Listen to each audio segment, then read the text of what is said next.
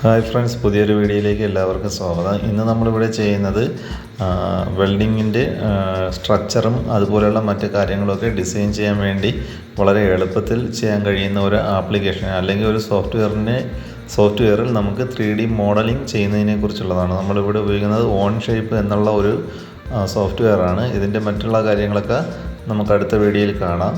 ഇവിടെ നമ്മൾ ഓപ്പൺ ചെയ്യുമ്പോൾ ഇവിടെ ഇതുപോലൊരു കോളമാണ് ഓപ്പൺ ആവുന്നത്. ഇവിടെ നമ്മൾ ക്രിയേറ്റ് ഡോക്യുമെൻറ്റ്. അപ്പോൾ നമ്മളിവിടെ ഒരു പേര് കൊടുത്തു. പേരിവിടെ ഒരു ചെറിയ ടേബിളിൻ്റെ ഒരു വീഡിയോ ആണ് ചെയ്യുന്നത്. അപ്പോൾ അതിനനുസരിച്ചുള്ളൊരു പേര് കൊടുത്തു. അത് കഴിഞ്ഞ ശേഷം നമ്മൾ ഓപ്പൺ ചെയ്യുമ്പോൾ ഈ ഒരു രീതിയിലുള്ളൊരു ഇൻ്റർഫേസാണ് കിട്ടുന്നത്. ഇവിടെ നമുക്ക് ഒരു പാർട്ടിൻ്റെ 3 വശങ്ങൾ, ഫ്രണ്ട് സൈഡ്, അതുപോലെ റൈറ്റ്, ടോപ്പ്, അതായത് 3 വശങ്ങളിൽ നിന്നുള്ള രീതിയിലാണ് നമുക്ക് കാണുന്നത്. നമുക്കിവിടെ ഇതിനെ ഹൈഡ് ചെയ്യാം.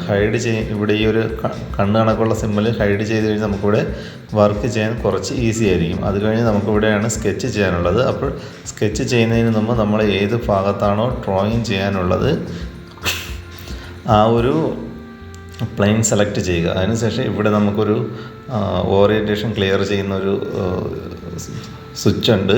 അപ്പോൾ ആ ഒരു ബട്ടണിൽ ക്ലിക്ക് ചെയ്യുമ്പോൾ നമുക്ക് കറക്റ്റായിട്ട് കിട്ടും. അത് കഴിഞ്ഞ് നമ്മളിവിടെ ഒരു ഡ്രോയിങ് ചെയ്തു. അതായത് നമ്മളിവിടുന്ന് ലൈൻ സെലക്ട് ചെയ്ത് അതിൽ നിന്ന് ഇവിടെ ലൈൻ വരച്ചതിന് ശേഷം ഇതിൽ മൗസിൽ റൈറ്റ് ക്ലിക്ക് ചെയ്യുക. അതിനുശേഷം ഇവിടെ നിന്നും ലൈനിൽ നിന്ന് എസ്കേപ്പായി ഇവിടെ ഡയമെൻഷൻ്റെ ഒരു ടൂള് കാണാം. അപ്പോൾ ഡയമെൻഷൻ്റെ ടൂൾ എടുത്ത് നമുക്കിവിടെ അതിൻ്റെ ഡയമെൻഷൻ ചെയ്യാൻ കഴിയും. അപ്പോൾ ഇവിടെ ഇത് നമ്മളൊരു 1000 മില്ലിമീറ്റർ, അതായത് 1 മീറ്റർ നീളമുള്ള ഒരു ടേബിളിന് കണക്കാക്കിയുള്ള ഡ്രോയിങ്ങാണ് ചെയ്യുന്നത്. ഇവിടെ നമ്മൾ 1000 മില്ലിമീറ്റർ കൊടുത്തു. അതിന് ശേഷം ഇവിടെ ഇതിൻ്റെ ഹൈറ്റ് നമുക്ക് കൊടുക്കണം. ഹൈറ്റ് നമ്മളിവിടെ 450 മില്ലിമീറ്ററാണ് കൊടുക്കുന്നത്, 45 സെൻറ്റിമീറ്റർ. അപ്പോൾ നമ്മളിവിടെ അതിൻ്റെ രണ്ടിൻ്റെയും വാല്യൂ കൊടുത്തു. അത് രണ്ടിൻ്റെയും വാല്യൂ നമ്മളിപ്പോൾ ഫ്രണ്ട് പ്ലെയിനിലാണ് ഇത് നമ്മൾ വരച്ചത്. ഇനി നമുക്ക് ഇതിനെ ഒരു സൈഡിലേക്കുള്ള അടുത്ത കോളം വരയ്ക്കണം. അപ്പോൾ നമ്മളിവിടെ ഫ്രണ്ടാണ് ഇപ്പം വരച്ചത്. ഇനി അടുത്തുള്ളത് റൈറ്റ് സൈഡ്. നമുക്ക് ഏത് സൈഡിലാണോ വരയ്ക്കാനുള്ളത്, ഇവിടെ ലെഫ്റ്റ് സൈഡാണ് നമ്മളിവിടെ ഈ ഒരു ഓറിയൻറ്റേഷൻ ടൂളിൽ നമ്മൾ സെലക്ട് ചെയ്തിട്ടുള്ളത്.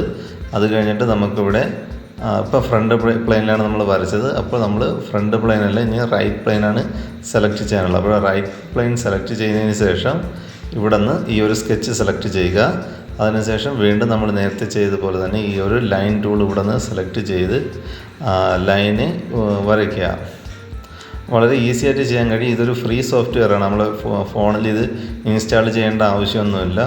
നമ്മൾ ഇതിൻ്റെ ഹൈറ്റ് ഇവിടെ 450 തന്നെ കൊടുത്തു. അത് കഴിഞ്ഞ് ഇതിൻ്റെ വീതി നമ്മളിവിടെ 600 മില്ലിമീറ്ററാണ് കൊടുക്കുന്നത്, 60 സെൻറ്റിമീറ്ററിന് കണക്കിന്.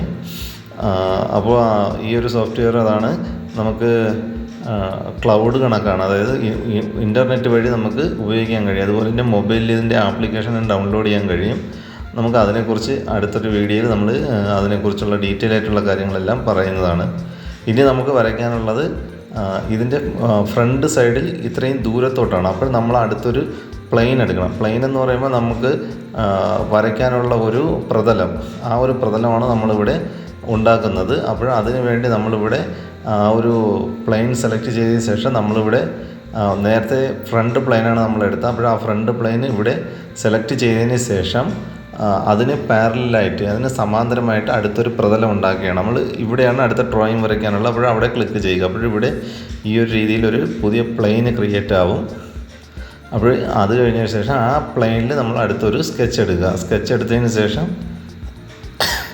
നമ്മൾ വീണ്ടും നേരത്തെ വരച്ചതുപോലെ തന്നെ ഇവിടെ നിന്ന് ലൈൻ ടൂൾ എടുത്ത് നമ്മളതുപോലെ ഇത് വരയ്ക്കുന്ന സമയത്ത് ഇതിൻ്റെ ഹൊറിസോണ്ടൽ അതുപോലെ തന്നെ വെർട്ടിക്കലായിട്ടുള്ള കുറച്ച് ആ ഒരു പ്ലസ് സിമ്പലിൻ്റെ തൊട്ട് താഴെ നമുക്ക് കാണാൻ കഴിയും. അപ്പോൾ അത് നമ്മൾ കറക്റ്റാക്കി വരച്ച് പോയി കഴിഞ്ഞാൽ വളരെ ഈസി ആയിട്ട് ഇത് വരയ്ക്കാൻ കഴിയും. അത് കഴിഞ്ഞ് വീണ്ടും നമ്മളിവിടെ ഇതിൻ്റെ ലൈൻ അലൈൻമെൻറ്റ് ഫ്രണ്ട് പ്ലെയിനിൽ നമ്മൾ വരച്ച അതേ അളവ് തന്നെ ഇവിടെ കൊടുക്കണം, 1000 മില്ലിമീറ്റർ, 1 മീറ്റർ. അത് കഴിഞ്ഞ് ഇത് ഇപ്പോൾ ഇത് ഫുള്ളി ക്ലിയർ ആയിട്ടുണ്ട് സ്കെച്ച്. ഇനി നമുക്കിനി ഒരു ഡ്രോയിങ് കൂടി വരയ്ക്കാനുണ്ട്. അതായത് ഈ മേളിലുള്ള ഈ ഒരു ഭാഗത്തുള്ള 2 കാലുകൾ തമ്മിൽ ജോയിൻ ചെയ്ത് ഇവിടെ ഒരു ലൈനും കൂടി വരയ്ക്കാനുണ്ട്. അപ്പോൾ നമ്മൾ വീണ്ടും നേരത്തെ വരച്ചതുപോലെ പുതിയൊരു പ്ലെയിൻ അഥവാ ഒരു പ്രതലം നമ്മൾ ഉണ്ടാക്കണം. നമ്മൾ സാധാരണ ചുവരുണ്ടെങ്കിലേ പെയിൻ്റ് അടിക്കാൻ കഴിയൂ. അതുപോലെ തന്നെ നമ്മൾ അതിനു വേണ്ടിയുള്ള പ്രതലമാണ് ഇവിടെ ഉണ്ടാക്കുന്നത്. അപ്പോൾ ഇവിടെ നമ്മൾ റൈറ്റ് സൈഡിലാണ് എടുക്കാനുള്ളത്. അപ്പോൾ റൈറ്റ് സൈഡ് എടുത്തതിന് ശേഷം നമ്മൾ വരയ്ക്കാനുള്ള ആ ഒരു ബിന്ദു എവിടെയാണോ വരയ്ക്കാനുള്ള ആ ഒരു ഭാഗത്തേക്ക് ക്ലിക്ക് ചെയ്യുമ്പോൾ അവിടെ നമുക്ക് പുതിയൊരു പ്ലെയിന് ക്രിയേറ്റ് ആവുന്നതാണ്. അത് കഴിഞ്ഞിട്ട് നമുക്ക് ഈ ഒരു പ്ലെയിനിലാണ് അടുത്ത സ്കെച്ച് വരയ്ക്കാനുള്ളത്. സ്കെച്ച് എടുക്കുക, നേരത്തെ വരച്ചതുപോലെ തന്നെ. ഇനി ഈ അതിന് രണ്ട് പോയിന്റുകൾ തമ്മിൽ ജോയിൻ ചെയ്യുന്ന സമയത്ത് തന്നെ അത് ഓട്ടോമാറ്റിക്കലി അതിൻ്റെ ലെങ്തും കാര്യങ്ങളെല്ലാം അസൈൻമെൻ്റ് ആവുന്നതാണ്. അത് ഓട്ടോമാറ്റിക്കലി എല്ലാം ക്ലിയർ ആവും.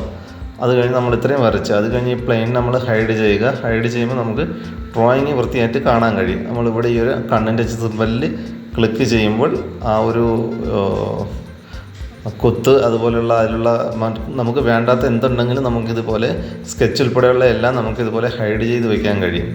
ഇനി നമുക്കിതിൻ്റെ ഐസോമെട്രിക് വ്യൂ എടുത്ത് നോക്കാം. അപ്പോൾ നമ്മൾ ഈ ഒരു ടേബിളാണ് ഇപ്പോൾ ചെയ്തത്. ഇനി നമുക്ക് ഇതിൽ ഫ്രെയിം ആഡ് ചെയ്യണം, അതായത് മെറ്റൽ ആഡ് ചെയ്യണം. നമ്മളിവിടെ സ്ക്വയർ ട്യൂബാണ് ഉപയോഗിക്കുന്നത്. നമ്മളിവിടെ റെക്റ്റാങ്കിൾ ട്യൂബ്, അവിടെ ഒരു ഫ്രെയിം എന്നുള്ള ഒരു ഓപ്ഷൻ ഉണ്ട്. അതിൽ നിന്ന് ഈ ഒരു ഡയലോഗ് ബോക്സ് ഓപ്പൺ ആക്കുമ്പോൾ ഇതിനകത്ത് നമുക്കിതിന് കാണാൻ കഴിയും. നമുക്കിവിടെ നമുക്ക് ISO സ്റ്റാൻഡേർഡാണ് സെലക്ട് ചെയ്തിരിക്കുന്നത്. നമുക്ക് ഇതിനകത്ത് കുറേയധികം വാല്യൂവിൻ്റെ പൈപ്പിൻ്റെ സൈസുകൾ ഇതിനകത്ത് ഓട്ടോമാറ്റിക്കലായിട്ട് കൊടുത്തിട്ടുണ്ട്. നമുക്ക് ഇതിൽ നിന്ന് ഏതെങ്കിലും സെലക്ട് ചെയ്യാം. നമ്മളിവിടെ 40 mm ആണ് സെലക്ട് ചെയ്തിരിക്കുന്നത്. 2.6 mm ആണ് നമ്മളിതിൽ ഏറ്റവും കുറഞ്ഞ തിക്നെസ് കാണിച്ചിട്ടുള്ളത്. അപ്പോൾ നമ്മളിവിടെ ഔട്ടർ സൈസ്, പൈപ്പിൻ്റെ സൈസ് 40 mm വരുന്ന രീതിയിലുള്ളതാണ് എടുത്തിട്ടുള്ളത്. അത് കഴിഞ്ഞിട്ട് നമുക്ക് ഈ ഒരു എവിടെയാണോ വേണ്ടത് ആ ഒരു ലൈനുകൾ ക്ലിക്ക് ചെയ്യുമ്പോൾ ഓട്ടോമാറ്റിക്കലി അത് അസൈൻ ആവുന്നതാണ്. അപ്പോൾ നമ്മളിവിടെ ഇതിൻ്റെ കാലുകൾ മാത്രമാണ് 40, അതായത് സ്ക്വയർ ട്യൂബിൻ്റെ കാലാണ് നമ്മൾ സെലക്ട് ചെയ്തിരിക്കുന്നത്. അപ്പോൾ അതെല്ലാം കഴിഞ്ഞ ശേഷം മുകളിലുള്ള ഈ ഒരു ടിക്ക് മാർക്ക് ക്ലിക്ക് ചെയ്യുമ്പോൾ നമുക്കത് അവിടെ വന്നതായിട്ട് കാണാം. ഇനി നമുക്ക് ഇതിൻ്റെ മുകൾ ഭാഗത്തേക്കുള്ള ഫ്രെയിമാണ് ആവശ്യമുള്ളത്. അപ്പോൾ ആ ഒരു ഫ്രെയിം എടുക്കുന്നതിന് വേണ്ടി നമ്മൾ വീണ്ടും ഈ ഒരു ഫ്രെയിം ഇവിടെ നമുക്ക് കാണാൻ കഴിയും. ഫ്രെയിം എന്നുള്ള ആ ഒരു ടൂൾ ഓപ്പൺ ചെയ്യുമ്പോൾ നമുക്ക് വീണ്ടും നേരത്തെ കണ്ടതുപോലെ വന്നിട്ടുണ്ട്. അപ്പോൾ ഇനി ആ റെക്റ്റാങ്കിൾ ട്യൂബ് എന്ന് എഴുതിയിരിക്കുന്ന ആ ഒരു ഭാഗത്തേക്കാണ് നമ്മൾ മെറ്റൽ സെലക്ട് ചെയ്യേണ്ടത്. അപ്പോൾ നമ്മളിവിടെ അടുത്ത ട്യൂബിൻ്റെ സൈസാണ് സെലക്ട് ചെയ്യുന്നത്. അപ്പോൾ നമുക്കിവിടെ 40-40ൻ്റെയാണ് ഇപ്പം സെലക്ട് ചെയ്തത്. നമുക്കിതിനെ വ്യത്യാസപ്പെടുത്തി നമ്മളിവിടെ ഇനിയിപ്പോൾ 60-40ൻ്റെയാണ് നമുക്ക് ഇവിടെ പൈപ്പ് സെലക്ട് ചെയ്തിരിക്കുന്നത്. അത് കഴിഞ്ഞിട്ട് ഇവിടെ നമ്മൾ സ്കെച്ച് സെലക്ട് ചെയ്യണം. അപ്പോൾ നമ്മൾ നേരത്തെ വരച്ച സ്കെച്ചിൻ്റെ കൂടെയുള്ള പൈപ്പിലാണ് അതിൻ്റെ ലെഗ് നമ്മൾ കൊടുത്തത്. അതുകൊണ്ടാണ് ആ സ്കെച്ച് ഇവിടെ കാണാത്തത്. അപ്പോൾ നമ്മൾ ആ സ്കെച്ചിൽ പോയിട്ട് ആ ഒരു കണ്ണിൻ്റെ ചിഹ്നമുണ്ട് അവിടെ, അതിൽ ക്ലിക്ക് ചെയ്യുന്ന സമയത്ത് നമുക്കിത് കാണാൻ കഴിയും. അപ്പോൾ അതിവിടെ വന്നിട്ടുണ്ട്. നമ്മൾ ആ ഒരു പൈപ്പ് അവിടെ ആഡ് ചെയ്തു. അത് ക്ലിക്ക് ചെയ്തപ്പോൾ അതിൽ ആഡായി. അപ്പോൾ നമുക്ക് ഇനി ഇതുപോലെ തന്നെ എല്ലാ സ്കെച്ചിലേക്കും നമുക്ക് പൈപ്പുകൾ മുകളിലേക്കുള്ള ഫ്രെയിമിന് വേണ്ടിയുള്ള പൈപ്പ് ആഡ് ചെയ്ത് കൊടുക്കപ്പെടാം. ഇതിവിടെ നമ്മൾ സ്ക്രോൾ ചെയ്ത് മേളിലേക്കും താഴേക്കും പോകുമ്പോൾ തന്നെ നമുക്കിവിടെ കാണാൻ കഴിയും. നമ്മളിവിടെ 3 ഫ്രെയിം ചെയ്ത് അതുപോലെ തന്നെ ഇവിടെ ജോയിൻറ്റ് 45 ഡിഗ്രി ജോയിൻ്റാണ്. അത് ഓട്ടോമാറ്റിക്കലി തന്നെ അതിനകത്ത് അസൈൻ ആയിക്കോളും. നമ്മളിവിടെ താഴെ മീറ്റർ ജോയിൻറ്റ് ഇവിടെ കാണാം. മീറ്റർ ജോയിൻ്റ് എന്നുള്ള ആ മീറ്റർ ജോയിൻറ്റ് കൊടുത്തിട്ടുള്ളത് കൊണ്ട് അത് തനിയെ തന്നെ ആ ഒരു ജോയിൻറ്റിലേക്ക് വന്നുകൊള്ളും.